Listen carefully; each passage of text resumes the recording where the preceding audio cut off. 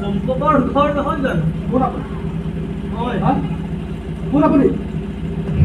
এজন গাঁৱলীয়া লোক, এই গাঁৱৰ পৰা আহিছো। এনেকৈ ভিতৰলৈ ঘপককৈ সোমাই আহিছে? মানে সম্পকৰ ঘৰ নহয় জানো? কোন চম্পক? কোন চম্পক? আপুনি কোন চম্পকৰ কথা? সম্পক আকৌ সম্পক তোমাক কেনেকৈ বুজাওঁ এতিয়া? তেখেত এজন শিক্ষক, নাচৰ শিক্ষক। বুজি পাইছা?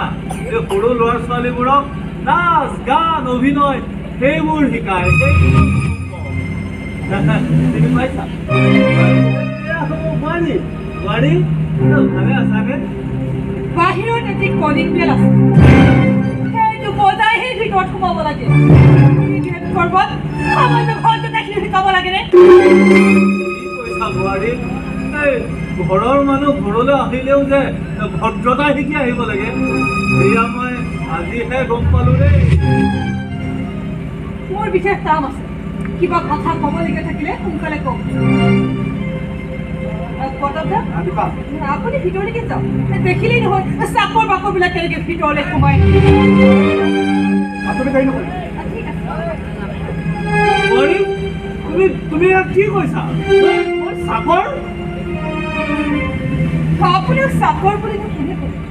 অৱশ্যে সাজপাৰখিনি যেনিবা চাকৰৰ দৰে।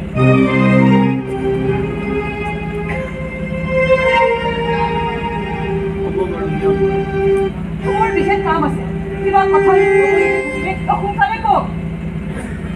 হ'ব বোৱাৰী, তুমি যোৱা, তুমি কামেই কৰা।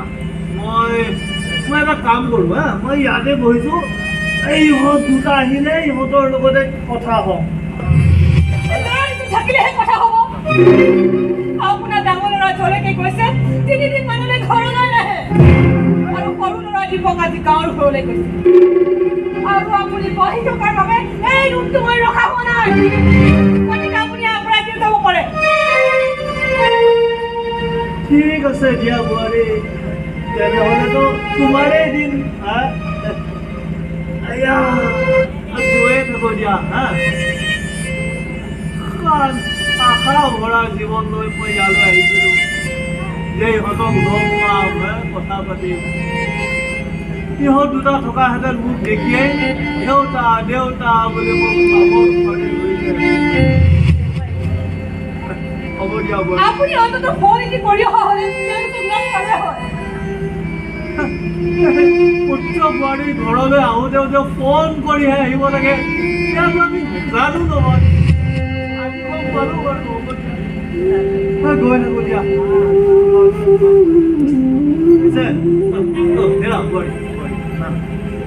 এয়া নহয় এয়া ঘৰৰে নাৰিকল লাড়ু কেইটামান, ঘৰৰ ফল কেইটামানো আছে। চম্পকে নাৰিকল লাড়ু খাই বৰ ভাল পায় নহয়, তুইও ভগাই খাবা। এতিয়া লোৱা। নাৰিকলৰ লাড়ু আৰু কল মই নাখাওঁৱে। ল'ৰা দুজন নাইয়ে যেতিয়া আপুনি ঘৰলৈকে লৈ যায়, ঘৰতে বহি খাব। বজাৰত বিক্ৰী কৰিলে দুটকামান পাব। লৈ যাওক।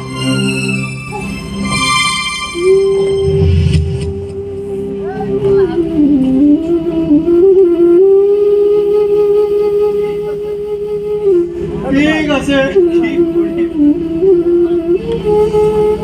ভগৱান, এয়া তুমি মোক কি পাপৰ শাস্তি দিছা?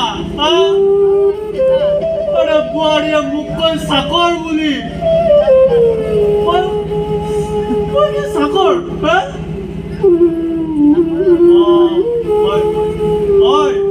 মই চাকৰ, মই চাকৰ।